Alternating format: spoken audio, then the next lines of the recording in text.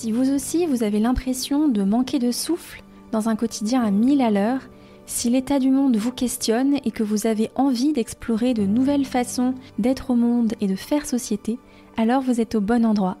Bienvenue dans le podcast Habiter poétiquement le monde. Je suis Claire Barberis-Giletti et dans ce podcast, je pars à la rencontre des éclaireurs, ces chercheurs, artistes, explorateurs, thérapeutes qui nous relient à la beauté du vivant et proposent des pistes concrètes, sensibles, pour créer un monde où il fait bon vivre. En plus des interviews, vous trouverez sur ce podcast des capsules poétiques sous la forme de courtes lectures. Et si le podcast vous inspire, n'hésitez pas à en parler autour de vous, à le suivre sur les réseaux sociaux ou à me laisser un commentaire ou une note sur les plateformes. Belle écoute!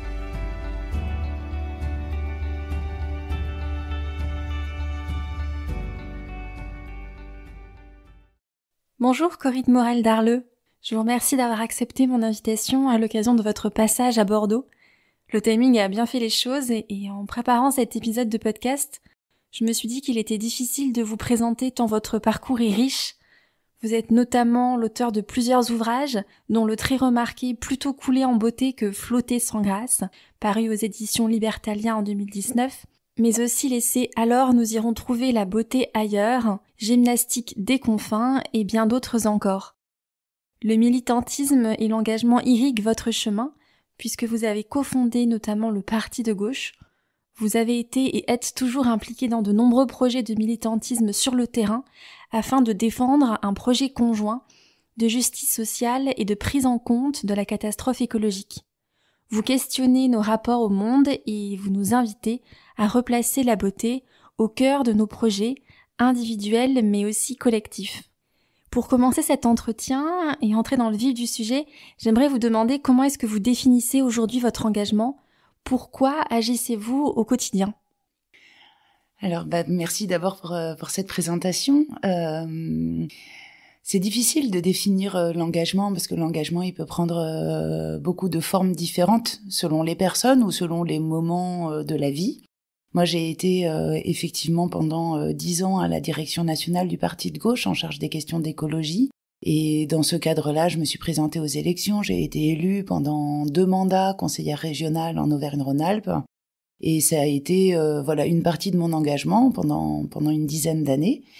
Et aujourd'hui, j'ai quitté la vie des partis politiques et des élections. Mais pour autant, je continue à avoir un engagement militant dans d'autres milieux plus autonomes, plus libertaires, dans les milieux paysans également. Donc c'est des engagements qui sont un peu métamorphes et qui évoluent au fil du temps, avec en tout cas toujours cette question que j'essaye de me poser très régulièrement, de me demander si je suis au bon endroit, au bon moment, à la fois en termes de causes que je défends et de stratégies d'action, mais aussi pour moi-même, pour pas non plus me perdre dans les luttes, parce que c'est quelque chose qui arrive très rapidement. Enfin, moi, j'ai croisé beaucoup de personnes qui ont fini dans les burn-out militants, donc j'essaye de pas être dans le militantisme sacrificiel et d'aller aussi là où je me sens accueillie, utile, au bon endroit, quoi. De conserver une forme d'équilibre, c'est ça ? Exactement. Qu'est-ce qui vous semble essentiel de préserver et de défendre ? Puisqu'on parle de beauté, j'ai envie de répondre ça. Alors évidemment, la beauté, c'est pareil, c'est un concept tiroir dans lequel on peut ranger beaucoup de choses différentes selon les personnes.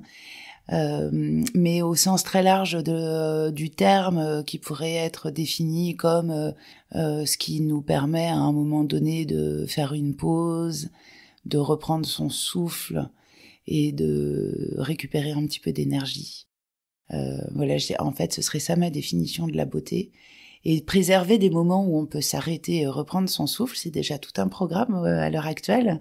À l'heure de l'économie de l'attention, qui essaye de capter justement notre esprit et notre attention par tous les moyens, par le biais des écrans notamment.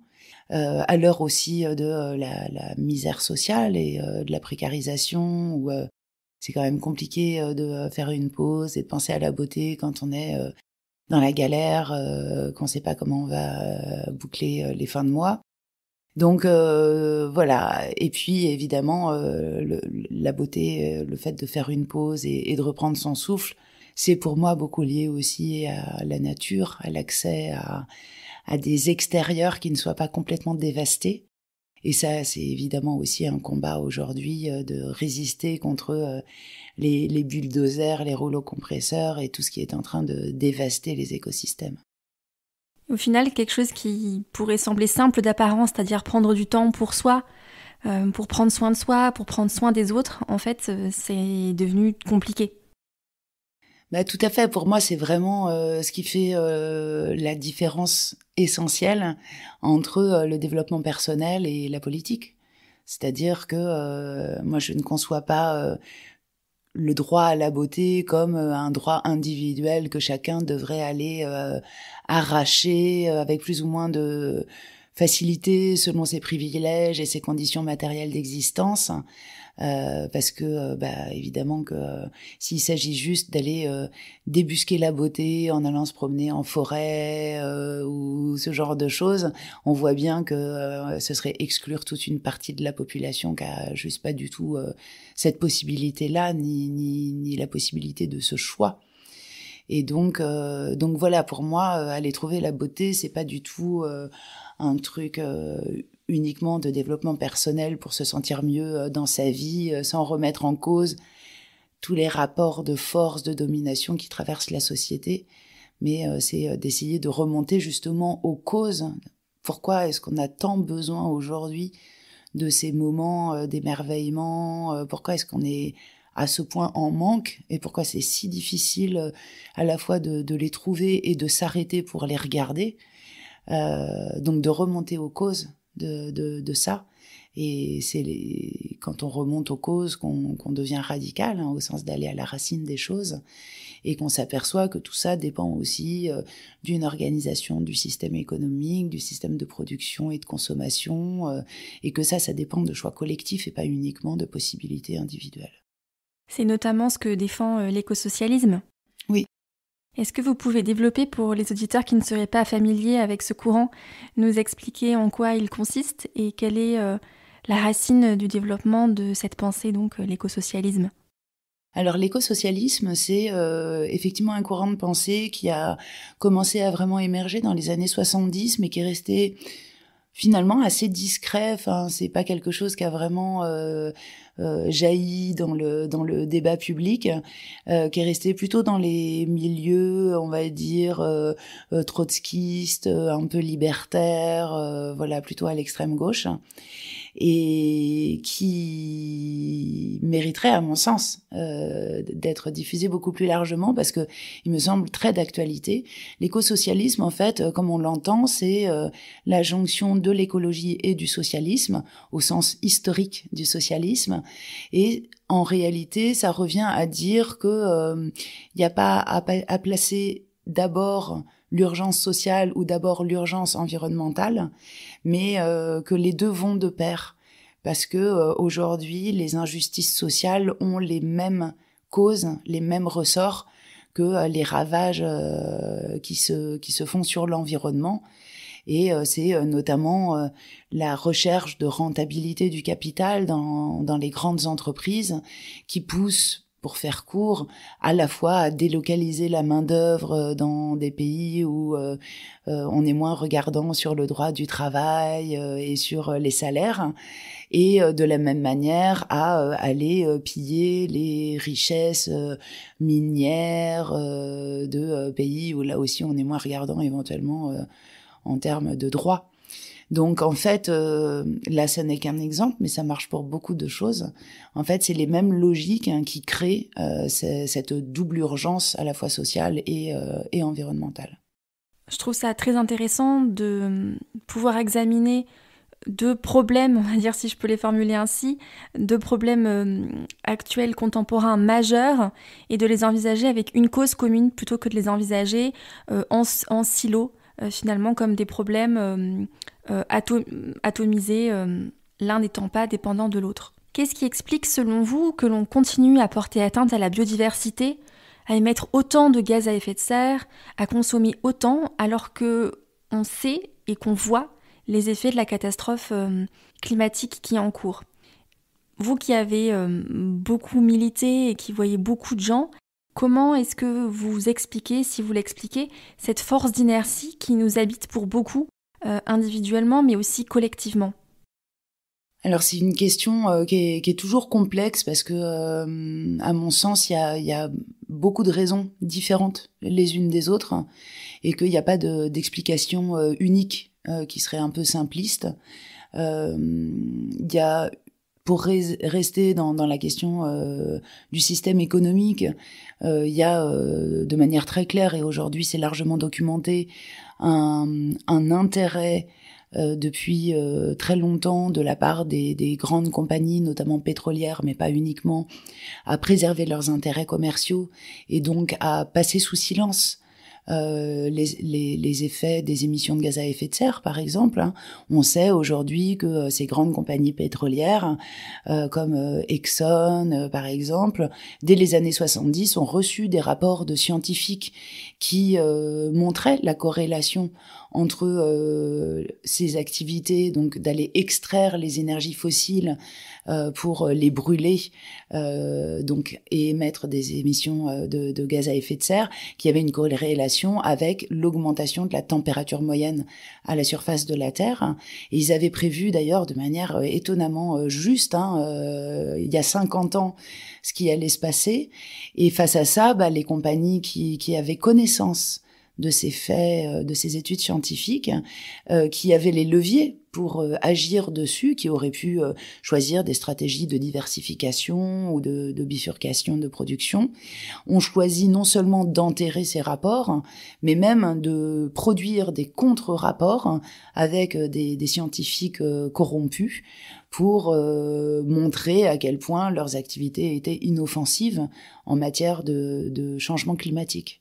Donc ça, par exemple, voilà, c'est tout le travail des lobbies, on l'appelle comme ça en général. C'est un frein extrêmement puissant parce qu'on parle là de pôles économiques qui ont évidemment énormément de ressources, d'accès aux médias, de capacité à diffuser de l'information et de la contre-information. Donc ça, c'est clairement quelque chose qui a beaucoup freiné et qui continue à beaucoup freiner les prises de conscience individuelles et surtout les actions collectives, y compris au niveau des pouvoirs publics qui auraient dû être entreprises déjà il y a 50 ans. Et puis ensuite, il y a aussi des facteurs plus individuels, plus psychologiques, mais malheureusement, c'est souvent ceux-là qu'on met en premier, alors que pour moi, ils sont plutôt secondaires, mais qui sont pour autant tout autant réels et parfois légitimes. C'est que quand on commence à regarder tout ça en face, à lire les rapports, à se tenir au courant de la multiplication des aléas climatiques. Quand on s'intéresse à ça et qu'on se plonge dedans, c'est assez rapidement vertigineux en fait, et vertigineux dans le sens vraiment flippant. Donc il y a une vraie difficulté à vivre avec cette connaissance-là, qui fait que pour pouvoir continuer à vivre bien, on est obligé de faire œuvre de dissonance cognitive, et donc de temps en temps, enfin on peut pas vivre en permanence avec ça en fond de crâne, quoi. Et c'est là, c'est un peu ce dont je parle aussi alors nous irons trouver la beauté ailleurs, c'est de cette nécessité d'avoir une espèce d'hygiène, de gymnastique personnelle, d'arriver à naviguer entre inquiétude et émerveillement et de pas rester scotché dans l'inquiétude, l'angoisse, on parle maintenant d'éco-anxiété, de sidération. Donc voilà, faut trouver le moyen d'aller aussi se ressourcer pour rester aussi utile justement à la cause qu'on a envie de défendre. Dans votre livre « Plutôt couler en beauté que flotter sans grâce », vous proposez des outils pour naviguer en ces temps de crise, pour agir en profondeur. Vous parlez notamment du refus de parvenir. De quoi s'agit-il ? Alors le refus de parvenir, c'est une notion que j'aime beaucoup, qui existe depuis le début du XXe siècle, qui a été théorisé la première fois par un instituteur anarchiste qui s'appelait Albert Thierry, et qui avait formulé ça. Alors, je vais pas le dire exactement, mais lui disait le refus de parvenir, en fait, c'est le refus de trahir sa classe sociale en se mettant au service des classes dominantes pour un meilleur salaire ou pour des privilèges, des honneurs, des distinctions. Et cette notion-là, elle est restée pendant longtemps, là aussi, un peu confinée au milieu libertaire, alors que je trouve qu'elle est extrêmement d'actualité aujourd'hui, dans le sens où le refus de parvenir de nos jours, il passe aussi par le fait de redéfinir la notion même de réussite. Qu'est-ce que ça veut dire aujourd'hui réussir ? Ça fait quand même des années qu'on nous explique que réussir, c'est avoir une Rolex et qu'on nous montre, qu'on nous donne en modèle des personnes qui ont réussi par leur signe extérieur de richesse, par les yachts, les jets privés, les robes de couturier, ce genre de choses, par le luxe.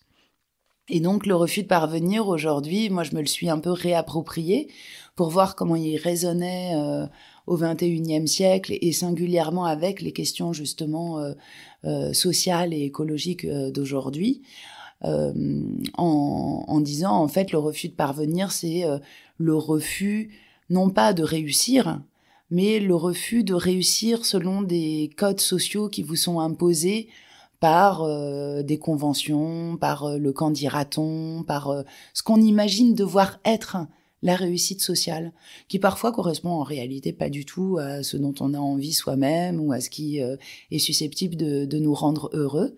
Et puis surtout en refusant que ça se fasse au détriment d'autrui et des écosystèmes. C'est-à-dire que voilà, cette espèce de carriérisme, par exemple, qui consiste à écraser quelques têtes et quelques mains au passage, c'est typiquement le genre de choses voilà, qui est critiqué dans cette optique du refus de parvenir. Donc c'est une notion voilà, que j'explore par plein d'aspects, y compris par l'aspect des questions de classe sociale, hein, parce que ça ne peut pas être un luxe réservé aux privilégiés que de dire non. Donc, comment est-ce qu'on fait pour que les plus pauvres, les moins bien lotis, aient eux aussi la possibilité de refuser et de dire non ? Donc voilà, je tourne beaucoup autour de cette notion, effectivement, dans plutôt couler en beauté que flotter sans grâce, en utilisant pour l'introduire, non pas des grands penseurs de l'écologie politique, parce que j'ai pas envie de faire des essais universitaires un peu compliqués, mais en utilisant une figure que j'aime beaucoup d'un navigateur, qui est Bernard Moitessier, qui a participé à la première course autour du monde à la voile, en solitaire, sans escale et sans assistance extérieure, et qui, au moment où il était en passe de remporter la victoire, à quelques encablures du port, a décidé de renoncer à cette victoire, de changer de cap et de continuer en mer. Et je trouve que c'est voilà une belle illustration du refus de parvenir et du refus de ces victoires qui n'en sont pas vraiment. Finalement, c'est se réapproprier notre trajectoire individuelle et aussi la penser à l'aune du collectif et se demander si nos choix sont vraiment nos propres choix ou bien si ce sont des choix qui sont dictés par la société et qui ne correspondent pas à nos aspirations réelles.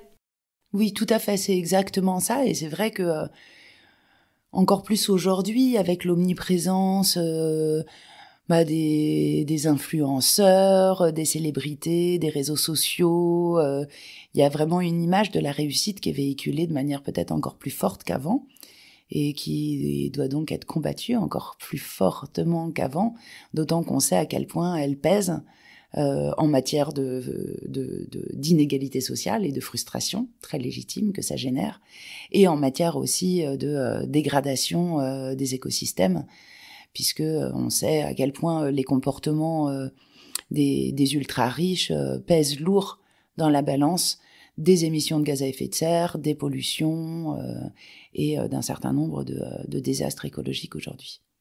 Quand on fait ces pas de côté, ça peut être des petits pas de côté, c'est pas forcément des grands pas, comme vous le dites, mais ça peut être aussi des décisions plus conséquentes, comme par exemple déménager, se rapprocher de la nature, quitter un emploi très très bien rémunéré pour un emploi qui a plus de sens ou qui propose davantage de temps libre.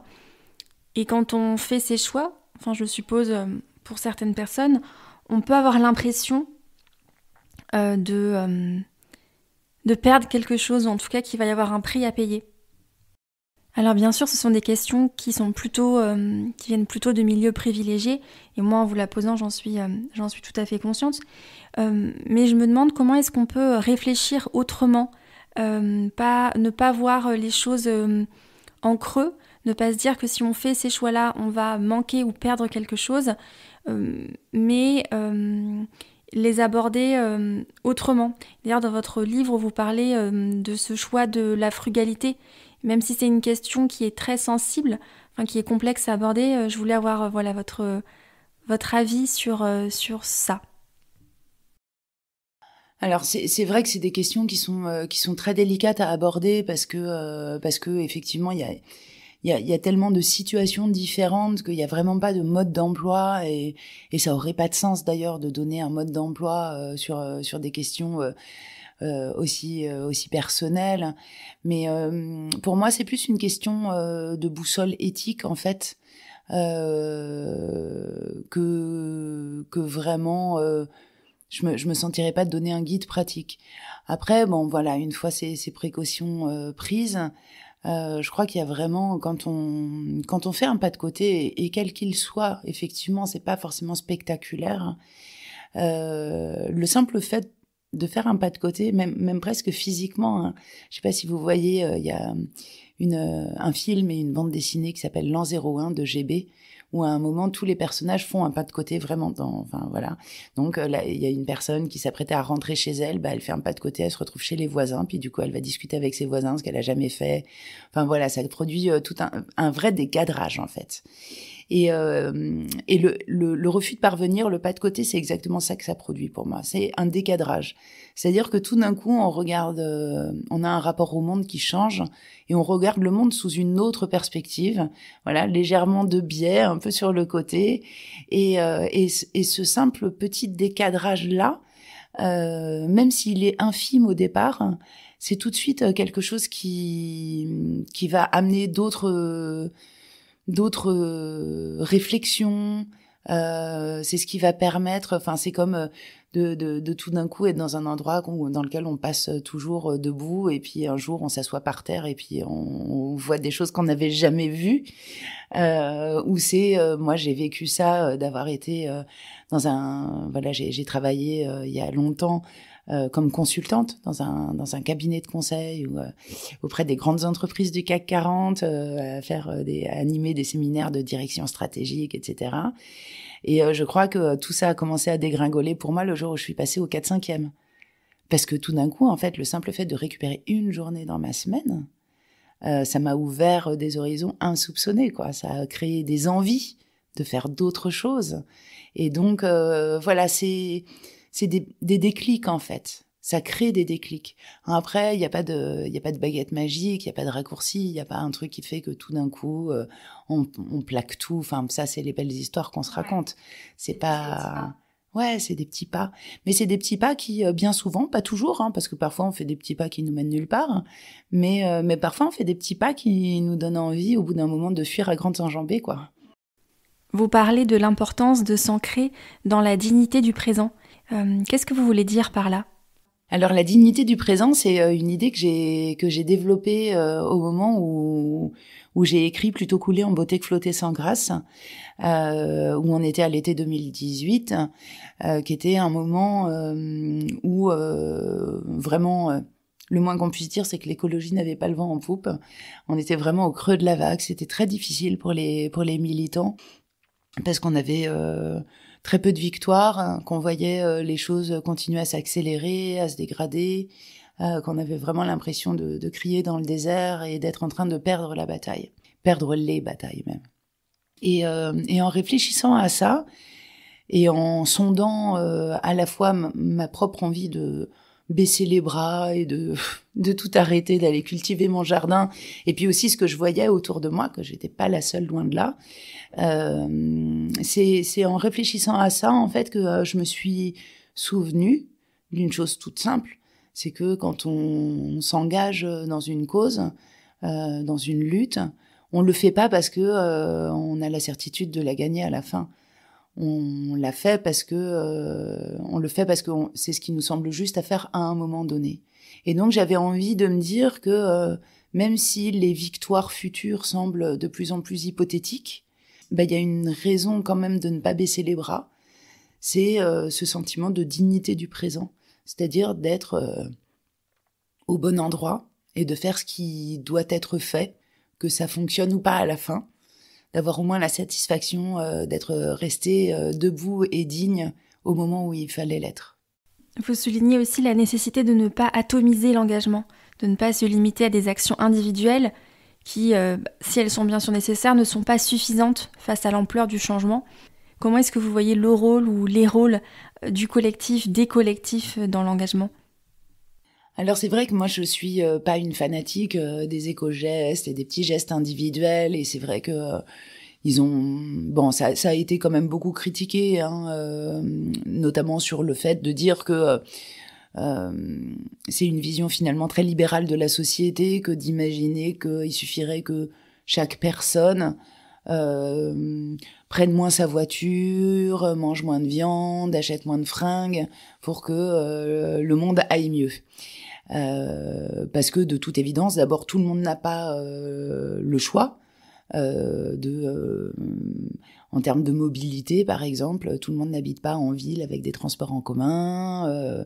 En matière de chauffage, beaucoup de gens sont locataires et n'ont pas la possibilité de changer leur mode de chauffage. Enfin, on voit bien en fait qu'il y a quand même une grosse part de ça qui dépend aussi des politiques publiques qui sont mises en œuvre et des conditions de vie des personnes.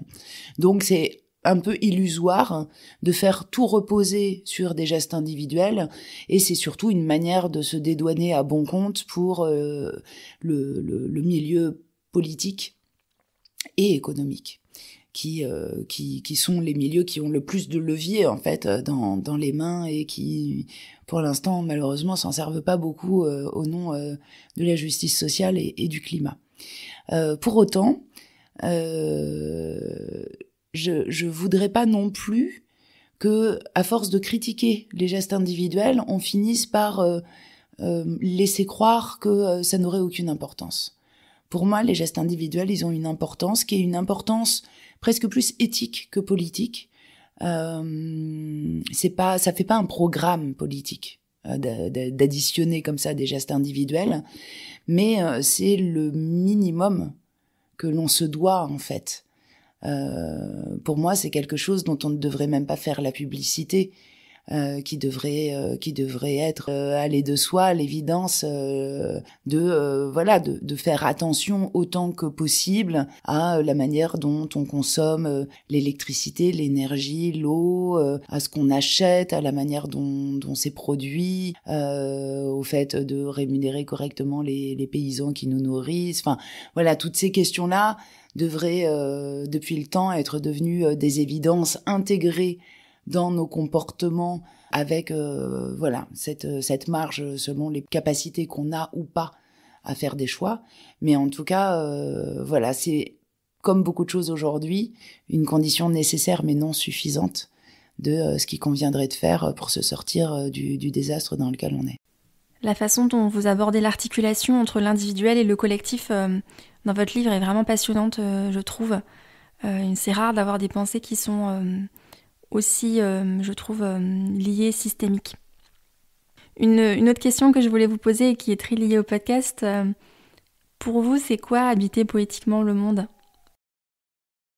Alors, habiter poétiquement le monde, d'abord, je trouve ça très beau. Et je trouve ça très beau et beaucoup plus profond que peut-être ce qu'on pourrait penser de prime abord. C'est-à-dire que moi, je suis un peu en croisade pour réhabiliter la poésie et dire à quel point poser un regard poétique sur le monde est loin d'être quelque chose de mièvre ou de gentillet, et à quel point ça peut au contraire être extrêmement politique. Ça, c'est vraiment un des thèmes centraux de mon dernier titre, Alors nous irons trouver la beauté ailleurs, de dire en fait à quel moment est-ce que le droit à la beauté, est-ce que le droit à la poésie sont devenus des choses accessoires, reléguées, voilà, comme des préoccupations, soit de petits bourgeois, soit de femmes qui s'ennuient. C'est vraiment fou, hein, parce que quand on regarde dans l'histoire, euh, dans tous les moments d'égarement du monde, pendant les guerres mondiales, dans les prisons, dans les camps de détention, il y a toujours eu ce recours à la beauté, à la poésie, aux histoires qu'on se raconte, à l'imaginaire, comme appui et comme outil de résistance à l'oppression. Donc des choses très politiques, très radicales même.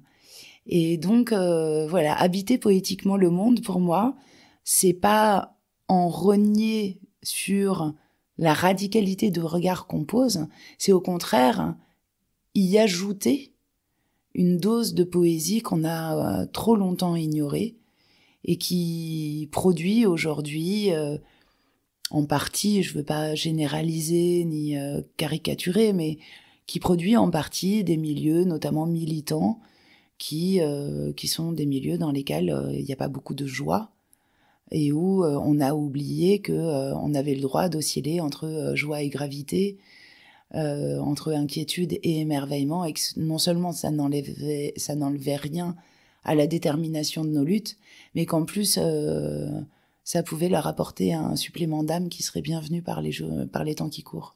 Oui, c'est sûr, ça apporte de la profondeur et aussi de la légèreté. On ne peut pas renier ni sur l'un ni sur l'autre, c'est les deux en même temps. Tout à fait. Et d'ailleurs, je rebondis sur ça. Vous exposez la nécessité dans votre livre de remettre le corps, les sens, au cœur de l'action engagée, en disant que finalement les chiffres, les rapports du GIEC sont importants, mais qui ne nous touchent pas intimement, et qu'il s'agit d'éprouver, de sentir nos liens, les liens avec ce qui nous entoure, et de quitter cette vision séparée de l'homme et de la nature. Vous reprenez cette phrase dans votre livre de l'activiste australien John Seed, qui avait été beaucoup évoqué sur la ZAD de Notre-Dame-des-Landes. Nous ne défendons pas la nature, c'est la nature qui se défend. Et je voulais vous demander si, selon vous, c'est facile ou pas de défendre cette vision d'une non-séparation de l'humain et de la nature. Vous parlez également dans votre livre de l'angle mort du spirituel en politique, le spirituel étant entendu non pas comme un dogme, mais plutôt comme une exploration entre l'intériorité et l'extériorité. On parle beaucoup de vivants, de plus en plus de vivants à l'heure actuelle. Vous, comment est-ce que vous voyez cette question de l'articulation entre l'intériorité et l'extériorité, entre l'homme et la nature ? Alors c'est vrai que je disais, il y a beaucoup aujourd'hui de conditions nécessaires mais non suffisantes, et le travail formidable qui est réalisé par les scientifiques, les journalistes, certains journalistes, malheureusement pas encore tous, mais en tout cas tout ce travail d'information, de documentation, d'établir des faits scientifiques est absolument fondamental, mais non suffisant, parce que il s'adresse à la raison, au cerveau, et que nous ne sommes pas, nous sommes des êtres doués de raison, mais pas que. On est aussi des êtres faits d'un maelstrom d'émotions, de tripes, de cœurs, de veines, de poings, et que il faut aussi s'adresser à la sensibilité, en fait, tout simplement, à l'imaginaire, aux émotions. Et c'est la raison pour laquelle je prise, moi, beaucoup aussi la question de la création culturelle, artistique, de la fiction, des romans, pour justement venir s'adresser à cette partie peut-être plus sensible. Et donc, je pense qu'on a vraiment besoin des deux, en fait. C'est raison et sentiment revisités. Ouais, exactement. Et c'est vrai que tout ce qui se fait aujourd'hui autour de cette idée de vivant, de dire, de rappeler que nous ne sommes pas séparés de la nature, puisque nous sommes, nous humains, aussi une espèce animale qui dépend du soleil, de l'eau, des autres espèces végétales, animales qui nous entourent pour notre propre survie. Je trouve que c'est évidemment d'abord extrêmement bienvenu de le rappeler parce que c'est une évidence et que pourtant on semble l'avoir largement oublié. C'est même assez incroyable à quel point on sabote nous-mêmes les choses dont on dépend pour vivre, pour s'alimenter, pour boire, enfin pour nos besoins fondamentaux. Donc c'est très bienvenu. Après il y a effectivement juste voilà une vigilance pour moi à avoir. Comme souvent quand quelque chose devient à la mode, pour ne pas là encore s'illusionner sur le fait que il suffit pas en fait que tout le monde aille faire des bains d'arbres en forêt aujourd'hui pour sauver la planète, quoi.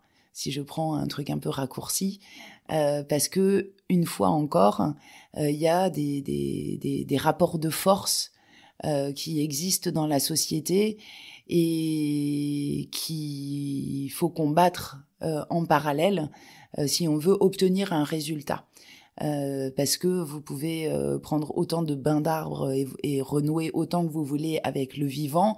D'abord, tout le monde n'en a pas la possibilité, et ensuite, c'est pas ça qui va permettre d'avoir encore des terres à cultiver demain, qui soient pas remplacées par des entrepôts Amazon ou des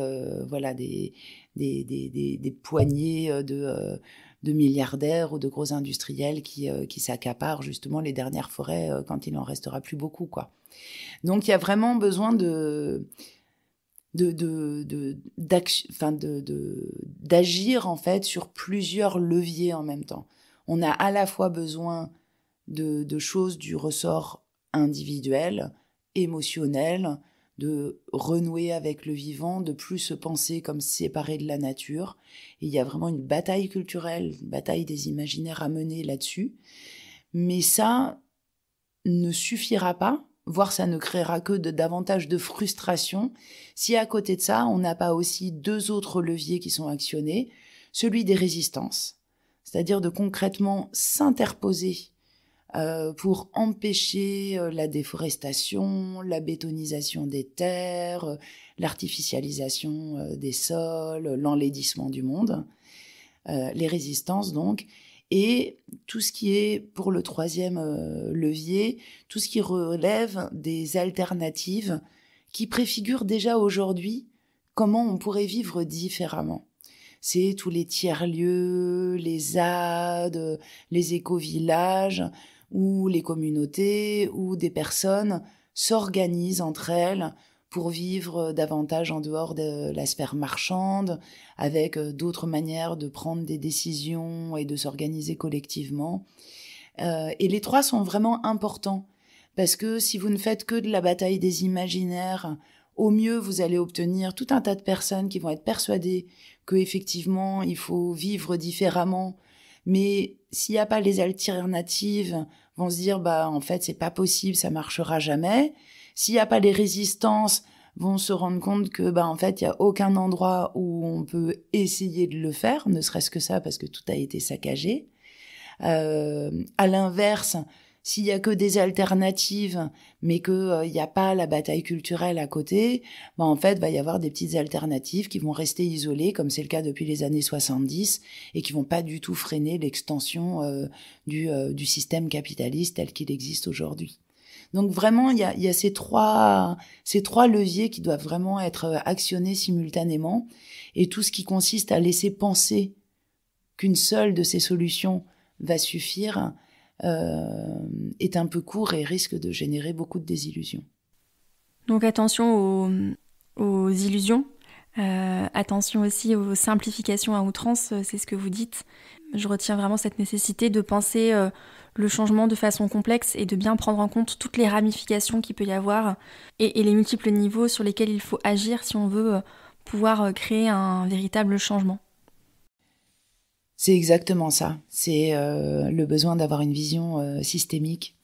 Et ça, c'est à la fois une fierté, une exigence morale presque, j'ai envie de dire, et en même temps un vrai handicap, vu la faible tenue du débat politique aujourd'hui, parce que c'est évidemment beaucoup plus facile d'asséner des arguments simplistes que d'essayer de développer une vision un peu complexe.